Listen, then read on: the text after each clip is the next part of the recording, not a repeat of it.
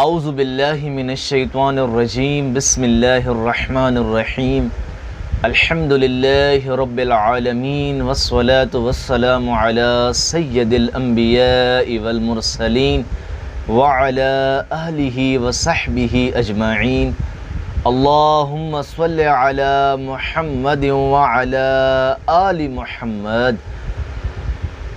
عزیزان گرامی قدر، محترم بھائیوں اور دوستوں، آج 2 محرم الحرام 1442 ہجری بمطابق 22 اگست 2020 عیسوی ہے۔ انشاءاللہ یہ سلسلہ وار گفتگو ہوگی۔ پچھلی نشست میں ازواج رسول اور پنجتن پاک کا مقام و مرتبہ کیا ہے اور فرق ان میں کیا ہے، اس پر تفصیلی بات کی تھی۔ آج ایک اہم موضوع آپ کی خدمت میں لایا ہوں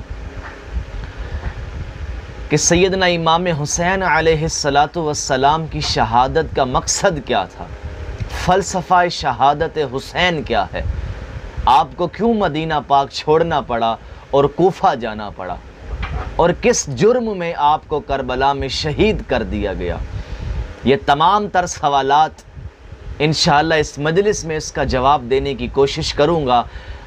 موضوع بڑا طویل ہے لیکن اختصار کے ساتھ اس کو بیان کروں گا کہ سیدنا امام حسین علیہ السلام کی شہادت کا مقصد کیا تھا، آپ نے کیا بچایا ہے، امت کو کیا دیا ہے۔ آج ہر بچہ، ہر نوجوان، ہر بوڑھا، ہر مرد امام حسین کا نام لیتا ہے اور آپ کی قربانی کو یاد کرتا ہے، لیکن آپ کی قربانی کا مقصد کیا تھا؟ آپ کی پوری نسل ذبح ہو گئی، کوئی تو وجہ ہے جس وجہ سے حسین ابن علی نے انکار کیا تھا اور یزید کی بیعت نہیں کی تھی اور اپنی جان کا نذرانہ پیش کر دیا، وہ وجہ کیا ہے؟ اور آج ہم سب کہتے ہیں کہ امام علی مقام نے دین بچایا۔ وہ دین کیا تھا؟ دین کی کون سی شکل تھی جس کو یزید نے مردہ کر دیا تھا، اور وہ کون سا کردار تھا جس کو یزید نے داغدار کر دیا تھا؟ تو سامعین گرامی قدر، آقا علیہ السلام نے پیشین گوئی فرمائی۔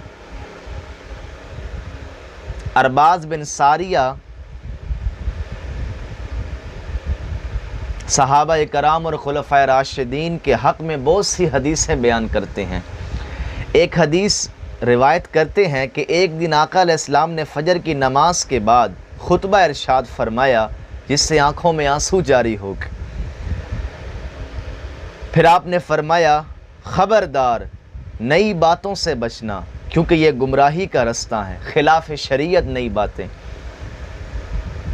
اور یہاں پر ارشاد فرمایا محدثات، جنہیں بدعات کہتے ہیں، لہٰذا تم میں سے جو یہ زمانہ پائے، یعنی کہ بدعات کا زمانہ، گمراہی کا زمانہ، وہ میری اور میرے ہدایت یافتہ خلفائے راشدین کی سنت کو لازم پکڑے۔ اور یہاں پر خلفائے راشدین کی سنت کو آقا علیہ السلام نے لازم پکڑنے کا حکم دیا۔ علیکم بسنتی و سنت الخلفاء الراشدین المہدیین، تم پر میری سنت اور میرے خلفائے راشدین کی سنت لازم ہے۔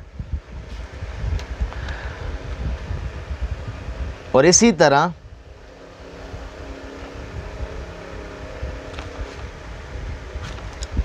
ایک اور روایت، آقا علیہ السلام نے فرمایا کہ میرے بعد خلافت 30 سال تک رہے گی، 30 سال تک خلافت حقہ علی منہاج النبوہ 30 سال رہے گی، اس کے بعد ملوکیت ہوگی۔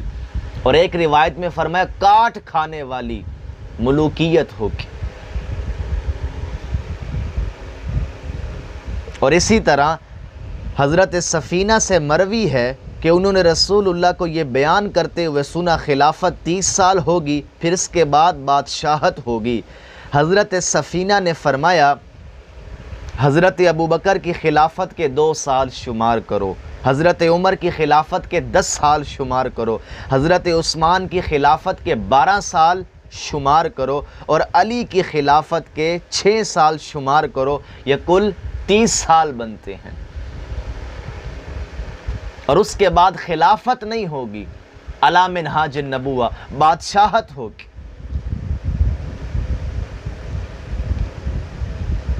اور اسی طرح امام داؤد کی بیان کرتا روایت میں سعید بن جمحان نے حضرت سفینہ سے روایت کیا کہ رسول اللہ نے فرمایا منہاج نبوت پر خلافت 30 سال تک جاری رہے گی، پھر اللہ جسے چاہے گا اسے بادشاہت عطا فرمائے گا۔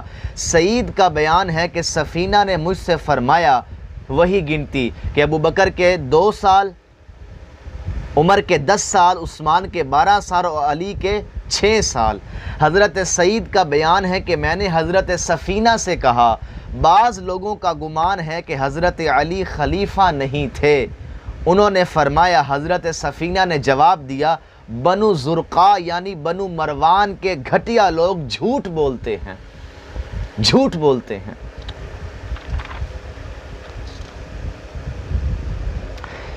اور اسی طرح امام طیالسی کی حضرت سفینہ سے مروی روایت کہ رسول اللہ نے انہیں خطبہ دیتے ہوئے فرمایا وہی روایت کہ 30 سال خلافت رہے گی، پھر بادشاہت ہوگی، اور آگے وہ 30 سال کو کیلکولیٹ کرتے ہیں کہ 2 سال ابوبکر کے، 10 سال عمر کے، 12 سال عثمان کے اور 6 سال علی کے۔ اور اگر روایت میں فرماتے ہیں، راوی کہتے ہیں میں نے حضرت سفینہ سے پوچھا کہ حضرت معاویہ کی حکومت کہاں گئی؟ تو سیدنا سفینہ بیان کرتے ہیں وہ تو پہلے بادشاہ تھے، وہ پہلے بادشاہ تھے۔ اور یہی بات آپ کی خدمت میں پیش کروں کہ جب حضرت سعد بن ابی وقاص نے حضرت معاویہ کو ایھا الملک، اے بادشاہ کہہ کر مخاطب کیا تو حضرت معاویہ کو غصہ آ گیا کہ مجھے بادشاہ کیوں کہہ رہا ہے؟ وہ اسلام کے پہلے بادشاہ ہیں، خلیفہ نہیں ہیں۔ اور اسی طرح امام ابو یعلا نے ابو عبیدہ بن جراح اور معاذ بن جبل سے، انہوں نے حضور سے روایت کیا، آپ نے فرمایا بے شک حکومت و امارت کا یہ امر نبوت اور رحمت سے شروع ہوا، پھر یہ خلافت و رحمت میں بدل جائے گا، پھر یہ معاملہ ظلم و ستم والی بادشاہت میں بدل جائے گا، اور پھر سرکشی، ظلم و جبر اور امت میں فساد انگیزی میں بدل جائے گا۔ اور امام حاکم کی ابو ہریرہ سے مروی حدیث میں ہے کہ خلافت مدینہ میں ہوگی اور بادشاہت شام میں ہوگی۔ تو سامعین گرامی قدر، یہ آقا علیہ الصلوۃ والسلام کی پیشین گوئی ہے کہ خلافت راشدہ حقہ علی منہاج النبوہ 30 سال ہے، اور اس کے بعد بادشاہت ہے، اور ایک روایت میں کاٹ کھانے والی بادشاہت۔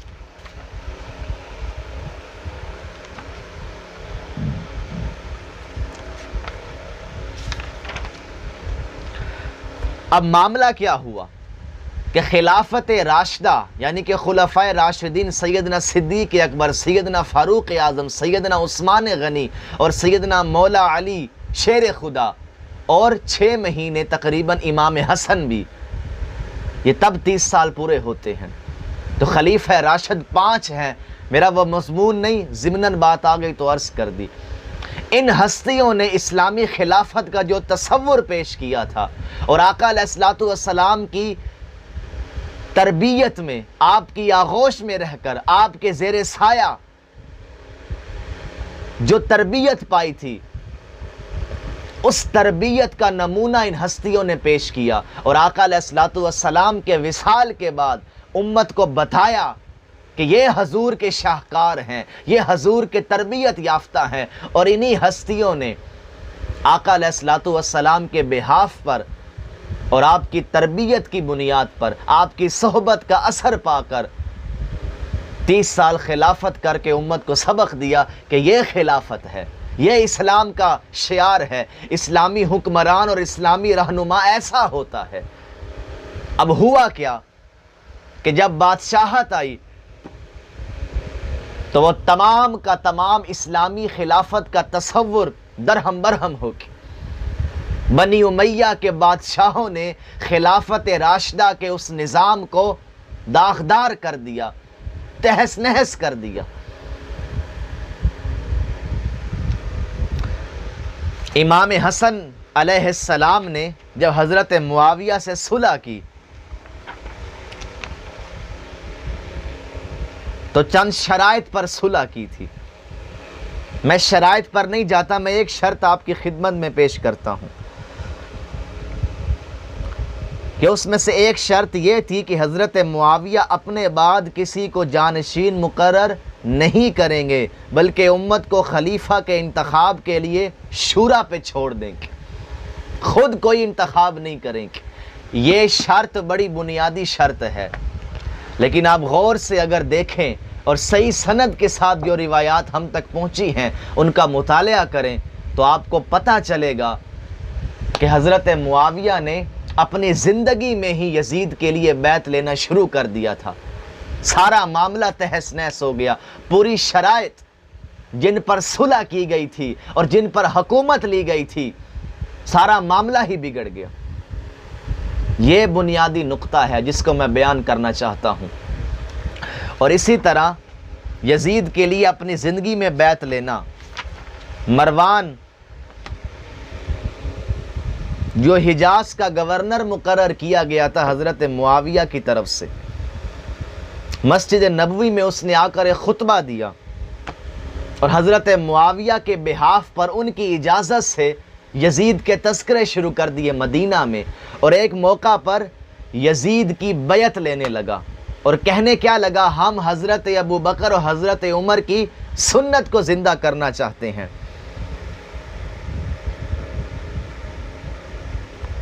تو اس وقت حضرت ابو بکر کے بڑے بیٹے عبد الرحمن بن ابی بکر سابقون الاولون بڑے صحابہ میں سے ہیں، وہ کھڑے ہو کر کہنے لگے، خبردار، سیدھی طرح کیوں نہیں کہتا کہ تیرا بادشاہ قیصر و کسریٰ کی سنت کو زندہ کرنا چاہتا ہے.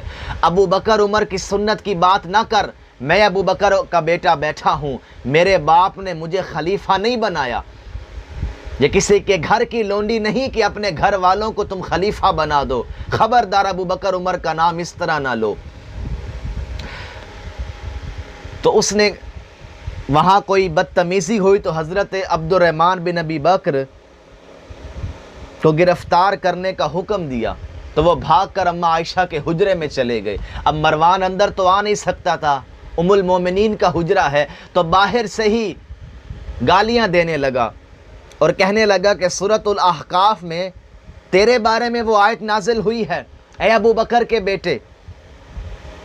تو اس وقت حضرت عائشہ نے پردے میں جواب دیا، او مروان، آل ابی بکر کے بارے میں قرآن میں ایسا کوئی حکم نازل نہیں ہوا سوائے سورہ نور میں جو میری برات نازل ہوئی تھی. اور یاد رکھ لے، ایک اور جملہ کہا، یاد رکھ لے، وہ آیت جس کا حوالہ تو نے دیا ہے کہ میرے بھائی کے بارے میں آئی ہے، میرے والد کے پوری اولاد کے بارے میں آئی ہے، میں بتاؤں وہ کس کے بارے میں آئی ہے؟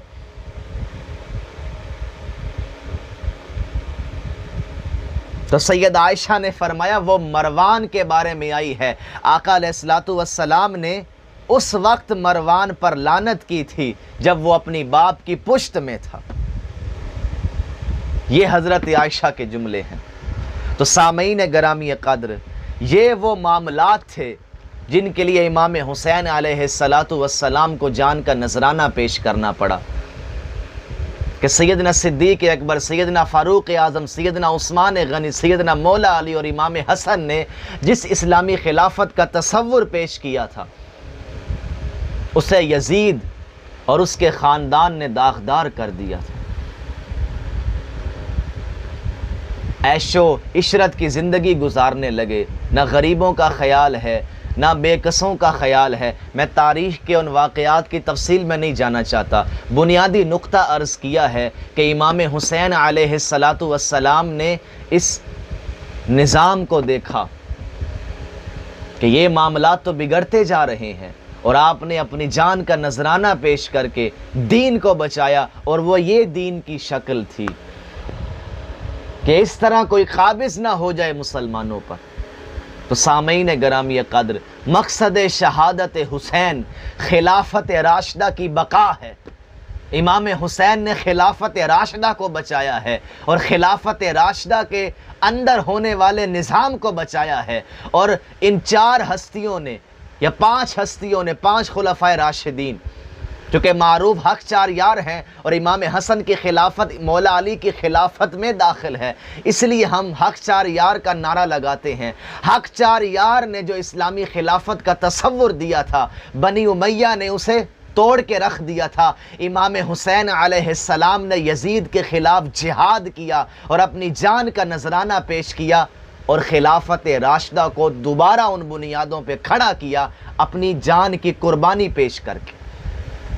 اور آج آپ دیکھ رہے ہیں کہ یزید کا نام گالی بنا دیا ہے، کوئی اپنے بچے کا نام یزید نہیں رکھتا، بنی امیہ کے بادشاہوں کے ناموں پر کوئی اپنا نام نہیں رکھتا، اپنی اولاد کا نام نہیں رکھتا۔ یہ حسین کی جیت ہے کہ سیدنا ابوبکر صدیق کی صداقت کو بچایا، فاروق اعظم کی عدالت کو بچایا، عثمان غنی کی خلافت اور حیا کو بچایا اور اپنے بابا کی دستار کو بچایا۔ مولا علی کا بغض لوگوں کے دلوں میں تھا، امام حسین نے اپنی جان کا نذرانہ پیش کر کے ناسبیت کا رد کیا اور بے نقاب کر دیا ان ہستیوں کو جو اہل بیت کے خلاف زبان زد خاص و عام لاتے ہیں۔ تو سامعین گرامی قدر، خلافت راشدہ کی بقا کے لیے اور اسلامی نظام کے اس تصور کے لیے امام حسین نے اپنی جان کی قربانی پیش کی۔